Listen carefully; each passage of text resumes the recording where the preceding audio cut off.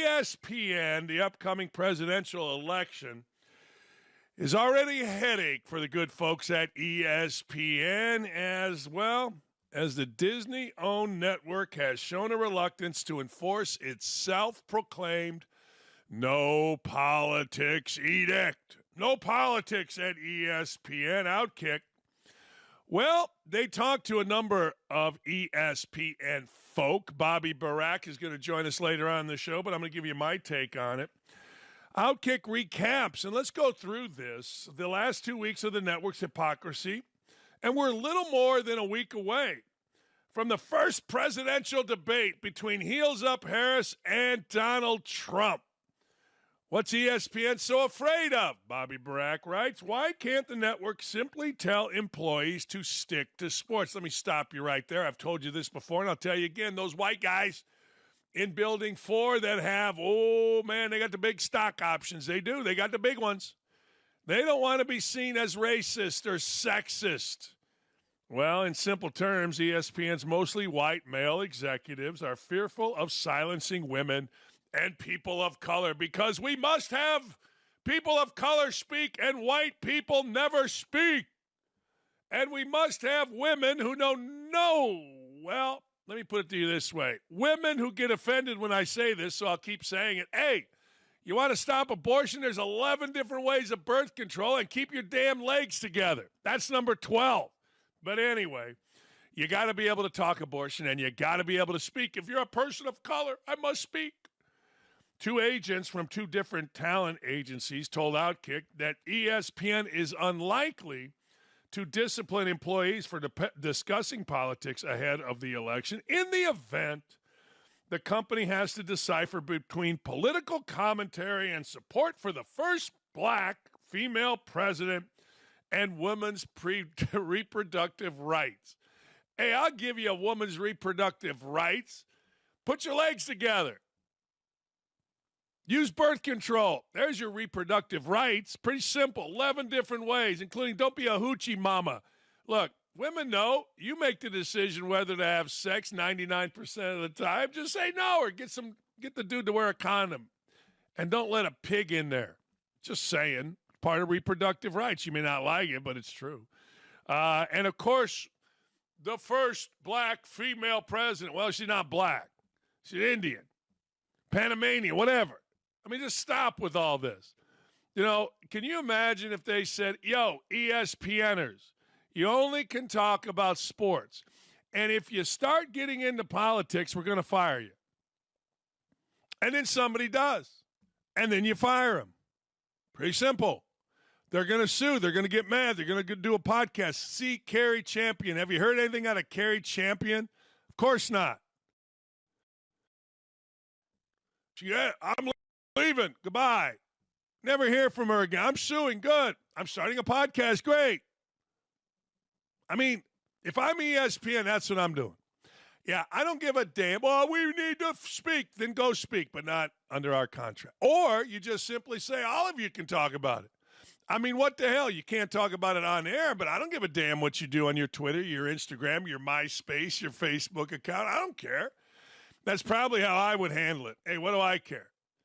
Do your deal. Don't be racist. Don't be sexist on your Twitter account. Don't be homophobic. Stop it. Let's go. That's what I would do. I'd eliminate all the crap. Look, we know that you have thoughts outside of sports. We know you'd like to share them because everybody, including myself, likes to share things on Twitter and other places. I'm like on Twitter all day. It's like an addiction. Who am I kidding? But anyway, I would just open it up. Hey, white dudes, you're good. Black dudes, you're good. Sisters, you're good. White women, Karen, you're good. Go get them. Go get them, Nicole Briscoe, because the world is dying to know what you have to say. It'd save you a lot of headache. I mean, if you'd have just left Sage Steele alone, it would have saved you a lot of money and a lot of headaches. So just open it up and do it, but you can't. Here's a translation for what ESPN is doing. Translation, ESPN employees know they can use their platform to support Kamala Harris-Walz and only Kamala Harris-Walz. See what they did there? You see how they did that? If we cannot, according to agents, and agents know more than talent. Oh, man. Back when I had an agent, it was like, hey, Maury, what's going on? Well, this, that, and the other. Oh, okay. It's pretty funny, actually. I get a kick out of it. But ESPN is the largest media brand in sports. Around half of all sports fans will cast their ballot for Trump. The idea that its host can only support Harris is wrong. It's a disservice to sports fans. Of course it is. I mean, of course it is. And really, if ESPN didn't have games, and maybe I'm speaking out of turn here, maybe all these other shows are that popular, I don't know. But if ESPN didn't have games, I don't think many people would watch ESPN. I really don't. Like, if you put all these shows on continuously like other networks do, man, ain't nobody watching that. You can make them all about sports, too. You can have NFL Live 4 times a day. College football live, start a college basketball live show. You can put them on all day, and nobody would watch, but you got games, and we're drawing. So they're smart. Like, remember our dear friend and noted liar, Mina Kimes? Mina Kimes praised Democratic Vice President nominee Tim Walz for his masculinity. Hi, Tim. We're going to do shows. That's now masculine, apparently, leading to an ongoing feud with OutKick. You can read more about Kimes' false accusations about us here. SportsCenter anchor L. Duncan recently criticized Republican Vice President nominee DJ Vance and the Republicans over his resurfaced, obviously taken out of context, childless cat lady comments, which I'm guessing L. Duncan is. I mean, you waking up to that? I've seen that without makeup. That's nasty. I'm not talking about her face either. I'm talking about her personality. And the makeup I'm talking about is off screen. See, makeup goes 2 ways. Yeah, you sit in a makeup chair, but makeup is also how you act in front of the screen. That's one of the reasons this show is taken off. What you see here is what I basically am in real life. That ain't L. Duncan, man. These people are nasty.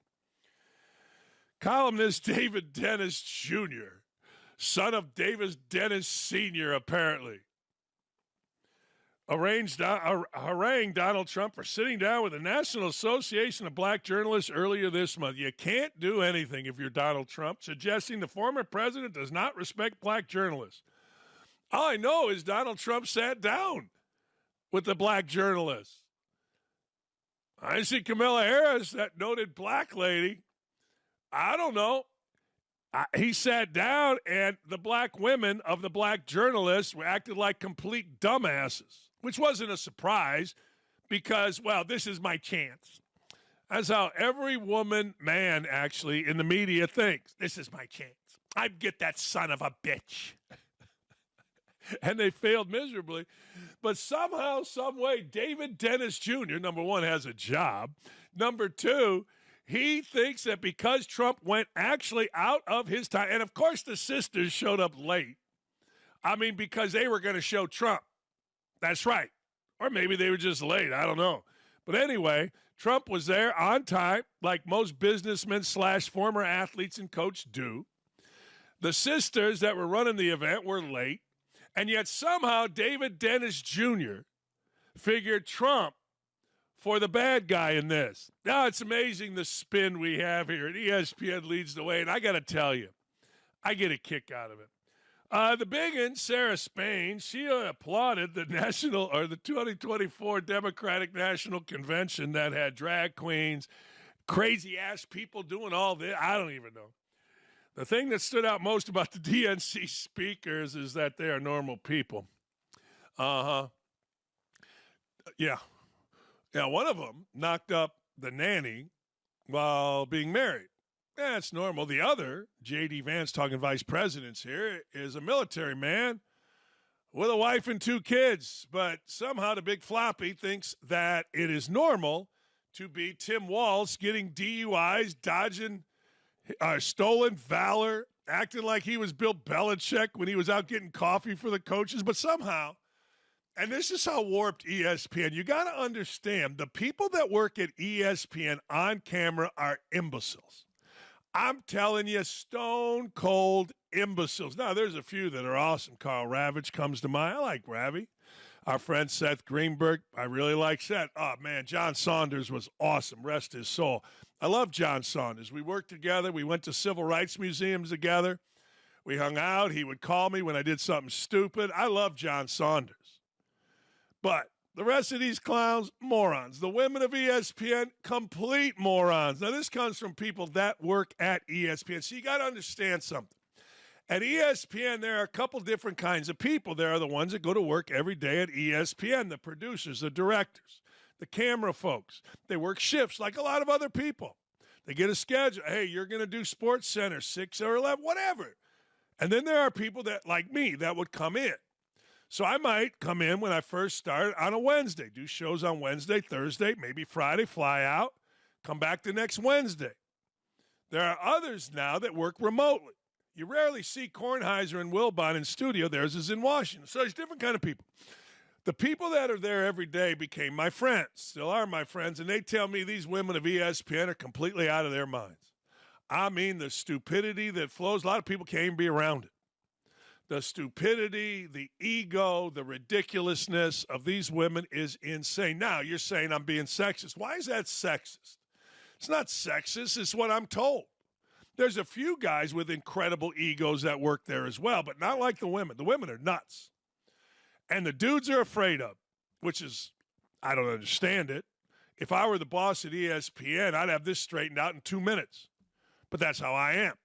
Anyway, I get a kick out of it. Go fight, win, ESPN.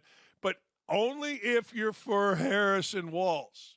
Orange man bad, except memo to all of you talent. I know the men in Building 4. Every one of them is voting for Trump. Every single one. They might have a Harris Wall sticker on their forehead, on their ass, on their door. They ain't voting for them kind of taxes, ladies and gentlemen. They ain't doing it. And they're laughing at you. Guarantee. I've been in a room when they've laughed at people. Guys used to, hey, Dan, come on and see me. All right, we'll sit and close the door, have a cup of coffee, and make fun of people. I'm not going to say who those people are that would sit, but they were pretty high up. Because they know the idiots on TV are exactly that. Dumbasses. Hey, I watched the Connor Stalions epic untold story last night, and I got to tell you, I came away impressed with Connor Stalions' brain. I thought Connor Stalions' brain was pretty good, man, and I think as a coach, I would love to have had a staff member that went to the lengths that he did to enhance our recruiting. He told the NCAA investigators that he never participated in advanced in-person scouting, didn't purchase tickets for others to attend games of the Wolverines' future opponents to record their signals. Now, one of the guys in there, one of his friends said, yeah, I recorded it and gave it to Connor on tickets he bought us. Nothing went very deep, though. And that's what these untold stories do. And I'm going to equate it to something else. Tales from the Locker Room is a book series. They asked me to write a book. I said, I'm not doing that. Those are puff pieces. Those aren't real books. If I'm ever going to write a real book, it's going to be a real book. Not Tales from the Locker Room. Untold stories are that. I've learned that. Untold stories don't dig deep. Pretty good one on McNair. Swamp Kings was great if you're a coach. But this one was nothing. This one did not go in deep. It was basically an attempt, and it worked with me, to get Connor Stalions a job. Here's a Marine. Here's a Naval Academy graduate with a big brain and a big heart for the University of Michigan, doing a lot of things that highly paid assistants, these big, dumb Sharon Moore lineman coaches could never figure out. But he did, because he's smart with a big brain. But Stalions, when Stalions is asked by an NCAA investigator if any Michigan coaches or staff members were aware of the alleged scheme to obtain opponent signals through in-person advanced scouting, which is banned by the NCAA, he replies, I did not obtain signals through in-person scouting. Really? Records provided to ESPN by several Big Ten schools and from some outside the conference showed Stalions purchased tickets for multiple games, including future opponents. Now, remember, there is no subpoena power from the NCAA, so you can lie your ass off. Got two lawyers there, figure out how to talk lawyer-like, which is exactly what Stalions did. When they showed Stalions meeting with the NCAA, he was flanked by two lawyers. The NCAA, for whatever the reason, they didn't want to go meet with Stalions. I don't blame him. It's a power play. You come see us now. You come see me. Hey, man, at Indiana here at University, if you want Mike Woodson, you got to come see Mike Woodson. I love the world we live in. Anyway, records provided show that he did. All right. Stalions told NCAA investigators he frequently purchased tickets to many games and would either resell them, or transfer them to friends. Michigan suspended Stalions with pay October 20th, pending the outcome of its internal investigation. He resigned November 3rd. Now, look, a lot of people do buy tickets. No, they don't. I don't know a single person that says, you know what? I'm going to buy tickets to the Georgia LSU game and I'm going to resell them. I might try that. I actually might try a game like that just to see if I can make any money doing it. I wonder if there's a market for it. I don't know. Maybe there is. Maybe Stalions is smarter than most of us in that. But it is interesting that they were all Big Ten games. And his buddy said, yeah, he gave me tickets. And, yeah, I was recording. I've been to 1 million games. I've never recorded a sideline. Just saying. I'm just saying. An NCAA investigator also asked Stalions whether he was the man standing in Central Michigan's bench area wearing team-issued gear and sunglasses for the 2023 season opener at Michigan State, which took place the night before Michigan's first game in Ann Arbor. Stalions, he says, he didn't recall attending that game, although Barstool Sports founder Dave Portnoy says in a documentary Stalions admitted to him being on the Central Michigan sideline. Central Michigan has told, this is the best, Central Michigan has told ESPN it continues to cooperate with the ongoing investigation. Really? Head coach, ironically, interestingly, the head coach at Central Michigan, McElvain, worked with Jim Harbaugh. Shocking, stunning. Well, every coach works with everybody. A lawyer could tear me apart right now, but I know what I know. And what I know is this. Connor Stalions, if you watch the documentary, literally, and I'm being literal here, stood in front of a camera, making every signal you could possibly make and memorize them. And those of us that have watched the documentary know it was hundreds. I mean, hundreds of signals. His database, his manifesto, was stunningly good, stunningly detailed.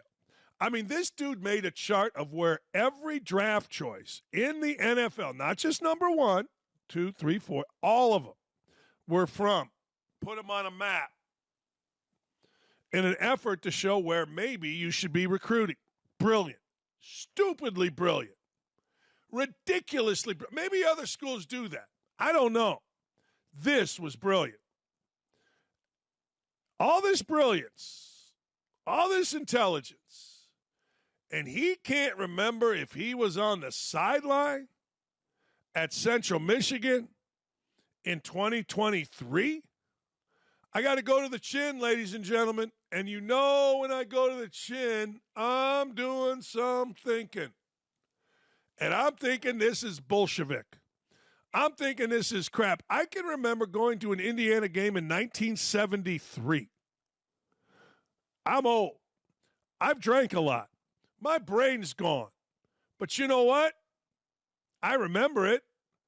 I don't remember every place I've been, but I got to tell you, I remember games I went to a year ago, I think. I don't know, maybe I don't. If somebody said, hey, you're at this game, maybe I don't remember. But if I dressed up in, let's say, Illinois State gear, or better example, let's say I'm scouting for Illinois State, and I'm on the sidelines at Drake or behind the bench at Drake, I'm going to remember that. I'm either going to remember it or I'm going to say, no, absolutely not. What are you talking about? Now, Stalions did in the documentary say this guy doesn't even look like me, but the guy did look like him with a goatee. That's the stuff. See, so when you watch this documentary, you walk away thinking two things. One, they didn't go very in-depth. Why did Stalions receive a game ball from Jim Harbaugh for, quote, deciphering signs? Now, in and of itself, that's not a violation, because if I stood across and I watched the other team and I figured out their run-pass signs, I would be like, hey, I'm telling the coaches. Why did Sharon Moore, the lying, cheating, thieving new head coach at Michigan, delete 58 text messages when the NCAA came a-calling? Hey, Connor, Want to go out for pizza? Yeah. Okay. There's 2 text messages. That would be 3, I guess, with Connor's, but I'm just saying his. I mean, if that's the level, hey, Connor, how can I help you? Hey, Connor, I need you to work camp. Hey, Connor, I need you there at 10 o'clock in the morning. We're going to line the field. Or, hey, Connor, I need you to round up some guys. These 4 guys, they missed class today, and I got to talk to them. You know, that kind of stuff. Why would Sharon Moore delete that? He wouldn't. And they never go into that in this documentary. It's not a puff piece. It's just a piece. It's something to do, as I did last night. I got done whooping ass playing golf, 9-hole men's league. Proud of myself. Went 1 under, last 4 holes to win the match. That's what I do. And then I got home, poured a glass of wine, and watched the documentary. And it was perfect for that. But if you're trying to get some in-depth, something deep, something figured out about what happened in Michigan, you come away saying Stalions is a liar and he definitely cheated. At least that's my take. Apparently the show Round the Horn is mad at Coach Prime. I like Coach Prime. You guys cannot like Coach Prime. I like Coach Prime. Don't at me. I like Coach Prime. I like him unless he loses. Now, if Coach Prime loses, then I don't like Coach Prime.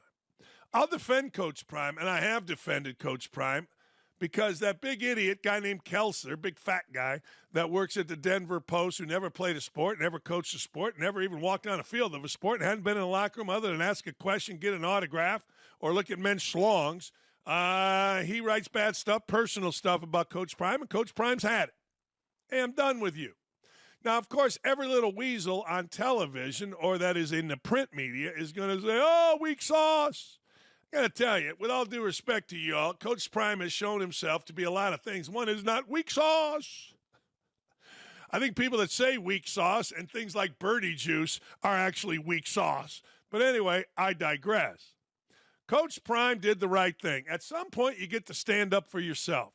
It's like I always say. People say, well, I can't believe you said this about Coach Knight. I always say, well, don't I get to tell my story? I mean, I lived a life. What, only guys that won a bunch of games get to tell a story? I get to tell a story. What are you talking about? Anyway, the insufferable and soon-to-go-away show Around the Horn's mad. They threw their 2 cents into whether Coach Prime, the panelists saying he needs to grow up. Oh, yeah, those panelists, yeah, they do, saying he will no longer take questions from a big fat columnist named Kessler with the Denver Post, because big fat columnist Kessler is really going way too personal, calling names and not writing, reporting, or criticizing. Hell, there isn't a coach alive that can't take a little criticizing, but there also is an adult male with a great American penis that's going to sit there and continually let another man rip him and do it personally. Sanders stood up.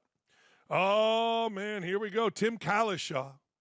Ooh, it's one thing for Deion Sanders to have a battle with a columnist. Coaches get into that with reporters and columnists all the time when the whole university, when the whole athletic department says he can't talk to anybody here within our program.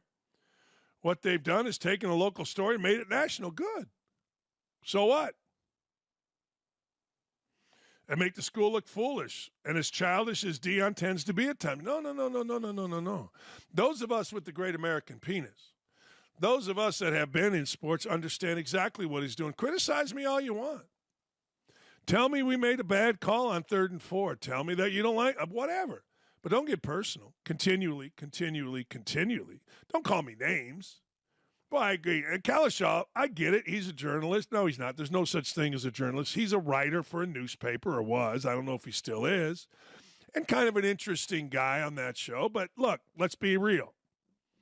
He doesn't know his ass from third base. Again, only been in the locker room to take a picture, ask a question, or look a schlong. That's it. Or get an autograph. Oh, David Dennis Jr., the ultimate DEI hire. Remember, David Dennis Jr.'s dad was a civil rights leader. So we must hire David Dennis Jr., even though nobody knows who Davis Dennis Jr. is. And Davis Dennis Jr. comes on our show, and he has to act mad because he's about 2 feet tall, 102 pounds. This is inexcusable. No, it's not. And another example of dictatorial policy from Deion Sanders when it comes to journalists. Okay, David Dennis Jr. Really? Oh, it's very excusable. I'll make the excuse right now.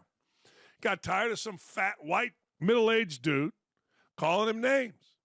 Said, hey, Not taking your questions. You got to remember at Jackson State, he banned a reporter for reporting on a domestic violence issue with one of his players. Yeah, that's not true. It's partially true, but it's not true. David Dennis Jr. isn't telling you the whole story here. There's always a backstory. I don't even know what it is, but there's always a backstory. And now you have a situation where the school is backing him and banning someone for writing columns about Deion Sanders as a coach. No, that's not true. No. Again, David Dennis Jr., noted civil rights son that got a job by being the son of a civil rights leader, got it wrong. No. Colorado has a journalism department. It's there for 100 years. How do you look at those dudes and explain to them that you're teaching journalism with the same institution banning reporters from doing their job? No one's banning anybody from doing any job. This is where noted civil rights sons get it wrong. No one's banning anybody. Kessler, write your ass off. I mean, okay, I'm just not taking questions from you. That's not banning anybody. I get it. David Dennis Jr., well, he's the son of a civil rights leader. And, again, only been in locker rooms to look at schlongs, take a picture, get an autograph, or ask a question. Never really been in a locker room. So David Dennis Jr. is making a deal like most civil rights leaders in this era are, being a false prophet. Nobody.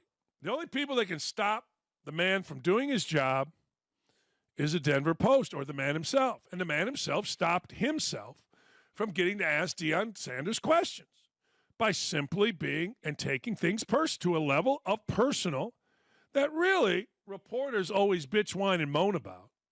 They do. They always bitch, whine, and moan, but then they do it. So somebody's finally standing up to the fat, middle-aged white reporter. Somebody's finally standing up and holding the fat, middle-aged white reporter accountable, and there is nobody in this world that dislikes it less to be held accountable than the fat, middle-aged, white, self-important columnist at a newspaper, C. Greg Doyle. Oh, man. Oh, somebody named Lindsay Theory. The statement that was put out by Boulder, look, they called him Coach Prime in the statement. His name is not Coach Prime, it's Deion Sanders. Oh, little girl's offended. Oh, look at Lindsay. You're so cute. Hi, gosh. He's not Coach Prime. Shut up. Let's just start right there. Good, start right there. What's the point? That right there illustrates the entire issue that the world revolves around Coach Prime. No. This is where little Lindsay gets it wrong.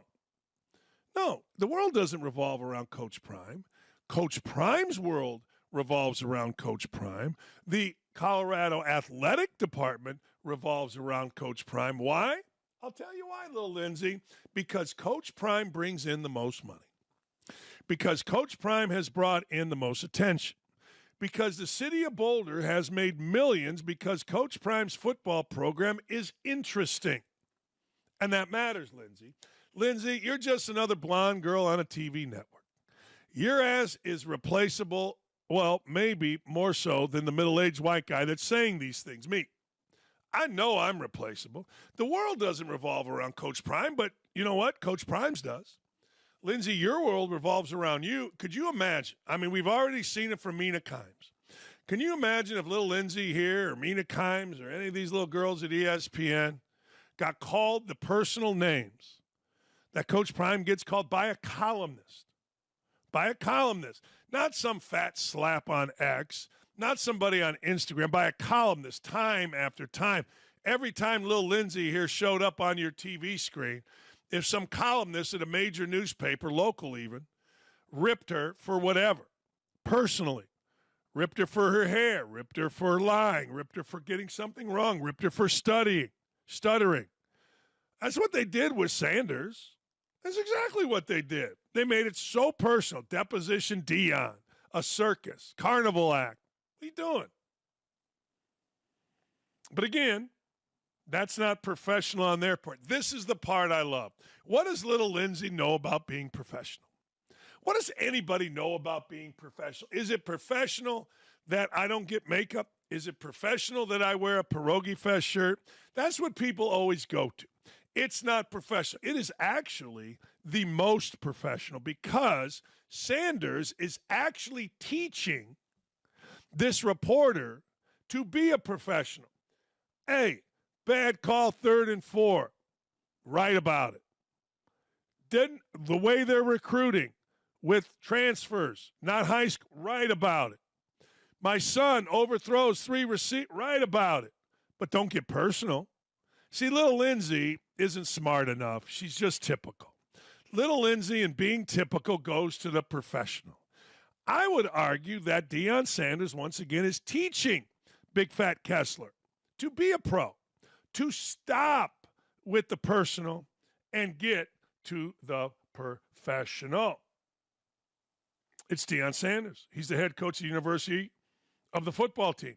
And he should be open to the same criticism of everybody else. Absolutely, little Lindsay. Can you imagine? Mina Kimes has somebody say one thing about her on Twitter, loses her mind, starts lying. Can't not lie. Guarantee you little Lindsay's the same. Guarantee it. I mean, here's the deal. There's nothing wrong, and every coach knows this. Certainly Deion Sanders and all the places he's been knows it. He knows he's open to the same criticism of everybody else.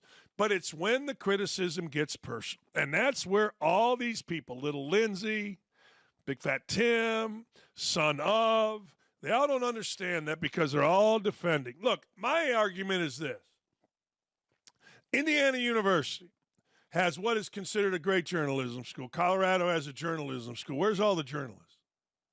Like, where did all these guys, gals go to school? You're wasting your money sending your kid to journalism school. There isn't one person in Indiana that is of any relevance. I didn't go to the journalism school. I was school of telecommunications. And you can tell by how polished I am. The only person at Indiana making any kind of waves nationally is me. And that's sad. I haven't been in Indiana in 40 years. Yeah, they got some little girl covering the Bears. It tells you who they cut or who they didn't cut. And, yeah, that moron Heather Dinich gets on TV and says whatever she says, but nobody pays attention to them. We know what they are, but nobody from this great school, nobody from Indiana University, the journalism school, has made absolutely no impact. And that sucks. It does. It sucks. Deion Sanders, by the way, got jacked up with Paul Feinbaum. Paul Feinbaum ripped him. Deion Sanders claps back. Let's hear it. So when you hear guys like Paul Feinbaum calling your program irrelevant, you know, but he talking about us. How can we be irrelevant and you talking about me? Yeah. Like every time I turn around, somebody's sending me a quote that you talking about. So he's a fan. how? well, the thing about a fan, you got to understand, a fan only blows when you're hot. Ooh. I'm gonna go away from Come this on, man. I'm writing these down, man. Yeah, a fan only blows when you're hot. So we must be hot. I love that. Right. I love that. So I know what he's doing, and I'm proud of him, that he's smart enough to understand that this generation and this thought process and the way we communicate on sports is different. Yes. And he's a dying breed. So what does he have to do to stay and keep up with this change? Oh, I got to go find that big bad wolf and talk about it. Yeah. So now I keep my relevancy. And I'm saying, cool, but I'm not going to help you. I'm not going to add to you. I'm not going to respond because that's what you want. Mm-hmm. Yeah, you just want me to respond. I don't do that. I'm not going to help you come up. Well, you just did. I mean, shut up. Like, a fan only blows when it's hot. Let me explain something to you. I got a fan that I blow cold air from our basement up. I got a fan upstairs in a room that cools the ceiling. It's not hot, it doesn't cool the ceiling. It gets rid of the air that causes molds. I mean, that's just stupid. Look, I listen to all these things. A fan only blows when it's hot. Oh, that's just stupid. Like, if I was sitting in that interview, I'd be like, now what? Now, give me that again. A fan only blow. I got a fan going right now that I turn off before the show because our basement gets really cold. We blow the cold air up. a fan only blows when it's hot. Oh, my God, you're blowing my mind. And I'm not going to help you. You just did. What are you talking about? Everything Paul Feinbaum says, everybody freaking does a reaction. And I can talk like that. Because I like the way Deion Sanders talks. I'm not going to lie to you. If I were around Deion Sanders as an assistant coach, I'd start talking like that because I think it's very cool. I do. Now, if you listen to the words, you're like, okay, moron. All right, look, a fan doesn't only blow when it's hot. That ain't some deep, you made it up. That's like Michael Jordan. What was it? The moon is the sky or the sun or I don't know. And everybody goes, oh, the ceiling is the roof or something like that. All right. Hey, Nick, I think you should start talking like me, and I think we should come up with things like the ceiling is the roof, what Michael Jordan said, and a fan only blows when it's hot. You know how incorrect that is? Because my fan blows all year round. My fan blows in the wintertime, in the fall, and in the early spring because I like my shit cold all the time. I have to be brick when I'm sleeping. I have to be freezing my ass off when I'm sleeping. So it's completely irrelevant. I can't talk like that though. Right. You gotta have charisma to talk like that. Bro is the king. I know. I know. He is. He's the preacher man. Like he can look you right in the eye and say anything, and you go, That's what those guys did. I'm writing this down. Hold on, Nick. A fan only blows when it's hot. Oh, I'm putting that on a wall. My wife and I, at one point, we're going to have a quote wall. A fan only blows when it's hot. I'm getting that right here. A fan only blows when it's hot. Right there. So and then people are gonna be hot. So when people look at that, if I'm wearing a tank top or I'm at the beach, they read that, they're like, oh, that's insightful. Yeah. That's spiritual. Yeah. That's some deep-ish, Nick. That's some deep-ish. That's some deep-ish, Nick. Maybe have some wings underneath. Yeah. Or got a big nice fan. Little cross right here. Oh, a big fan and some fire on the other side. So you're blowing the fire on one side to the other, and you got the quote up here. Oh. Yeah. That's a piece of You can do a lot with that quote, Nick. Like our guy Anthony Richardson put his name across his shoulders in big letters like a jersey. That was his tattoo. I think you could put it on your back. You could put it on your arm. You could put it – you know what you should do if you're really clever? You put it in Chinese symbols. You put a fan only blows if it's hot in Chinese symbols, and that would make you really deep, Nick. It would be one really deep mofo. My dad always said, why are you getting your mom's name tattooed on you? Just in case you forget when you're older? I'm just like, oh, dude. So maybe Anthony Richardson, when he's a little bit older, he's probably going to forget his name. What's your name? Oh, Anthony Richardson. Hang on. I need a mirror. I need a mirror in front and a mirror behind so I can see. I'm A. Rich. That's right.